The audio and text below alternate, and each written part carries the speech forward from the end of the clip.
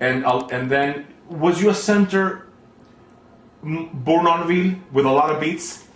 Oh yeah, it had beats, but it was also Russian background also. I think probably it goes back to Legat. Oh, right. Nicolas Legat. Yes, he trained a lot of great Russians. I think he trained Fokin, and I think Ryabochenska, Kozlov, Bodina, Anton Dolan was also a student of Legat. Right. Mr. Nelson, I want to go back, I want to just go back briefly now to the great Tamara Tumanova, who is one of my favorites. Of course, I never saw her dance live, but I've seen her films that she made in Hollywood, and I consider her one of, like, the Georgian midnight blue diamond. Right. Of ballet is how I would classify her. I always thought that she was Russian, but she's actually Georgian. Tell me your experience with the great Tamara Tumanova. Well, my first experience with Tumanova was I did the rehearsal of Swan Lake with her, and her mother said, "I wish you were her partner," and so did she. Wow. That was quite a compliment. That's a fabulous compliment. That's a fabulous compliment, Mr. Nelson. She was one of the true great ballet stars. Absolutely. Of that era, and remains so in the history books. Yes. Oh, by the way, you know, I coached a principal ballerina from the London, the Royal Ballet. She was going to Missouri to do Nutcracker. So I coached her and her partner, who was Paul Waller, who was also from the Royal Ballet. And I coached him for Nutcracker. She also was partnered by Nureyev. Wow. When she was in the Royal Ballet. Wow. So she had quite a beautiful knowledge of dance. Oh, by the way, she was having trouble with attitude turns. Right. And I told her, when you take your preparation, stop, don't go forward. Stop and go straight up. Bravo.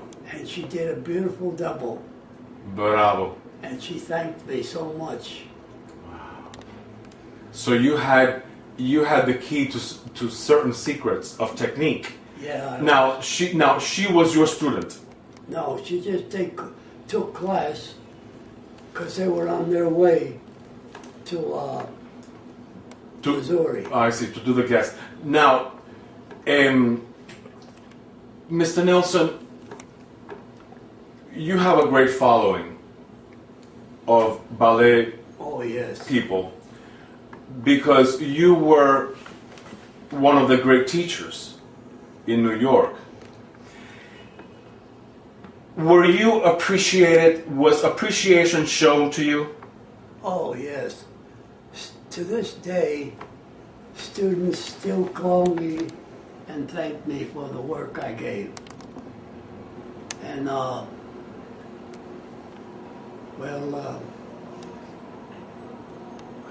sorry. You were someone that made a difference. Oh, yes. And you were someone that held a lot of secrets that ballet people need to move forward and to become stars, which is what everybody wants. Everybody wants to be good.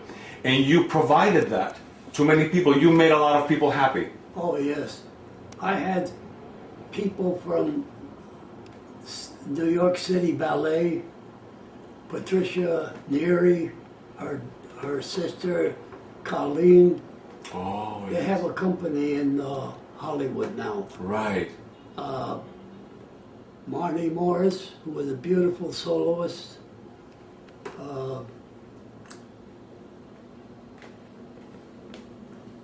Mr. Nelson, did you dance Balanchine ballets?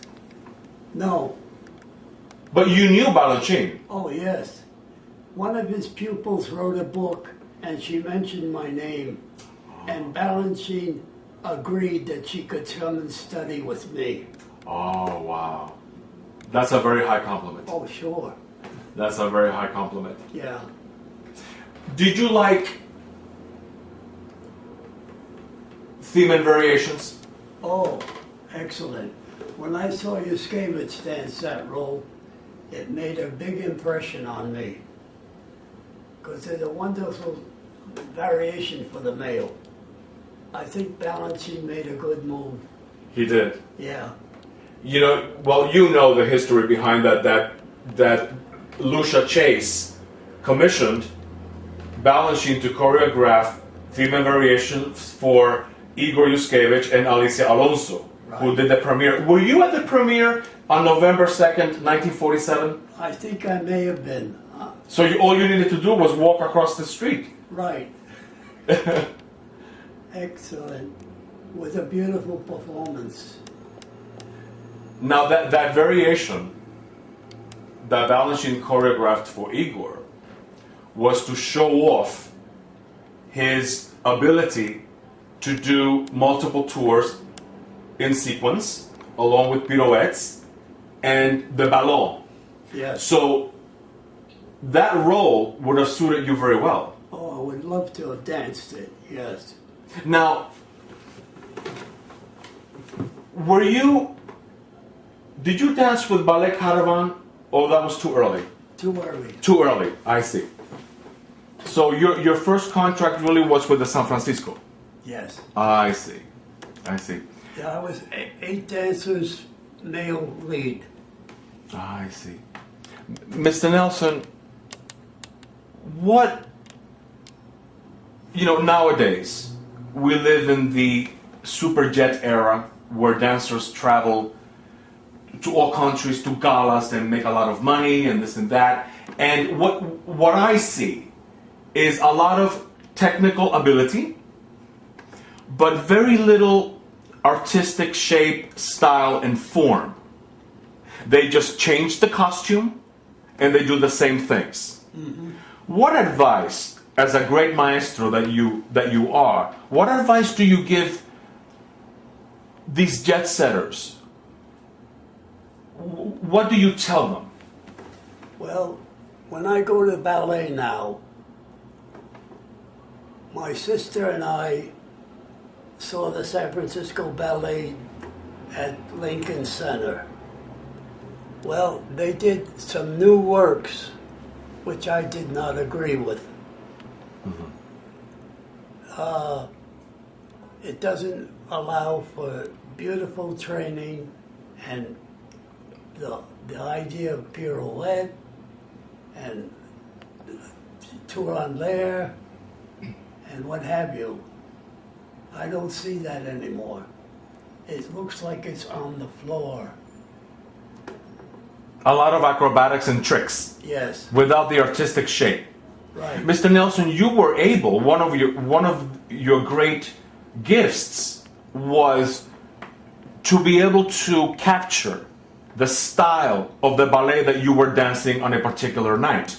Yes. You were able to capture the poet in Les Sylphides with a certain style that Fokine wanted, and you were able to capture the style and the classicism of Siegfried in Swan Lake. What did you work on during rehearsals for those performances? Well, I thought that the male dancer should have certain form and stature, and it should be masculine at all times. Nowadays, I don't see that quality in a male, especially with these new choreographers. They're missing something. So, yeah, I think the idea for the training that a male dancer gets, he should go higher, further with it. Mm-hmm. I don't know if they're doing that. I see. I'd like to see that. All right.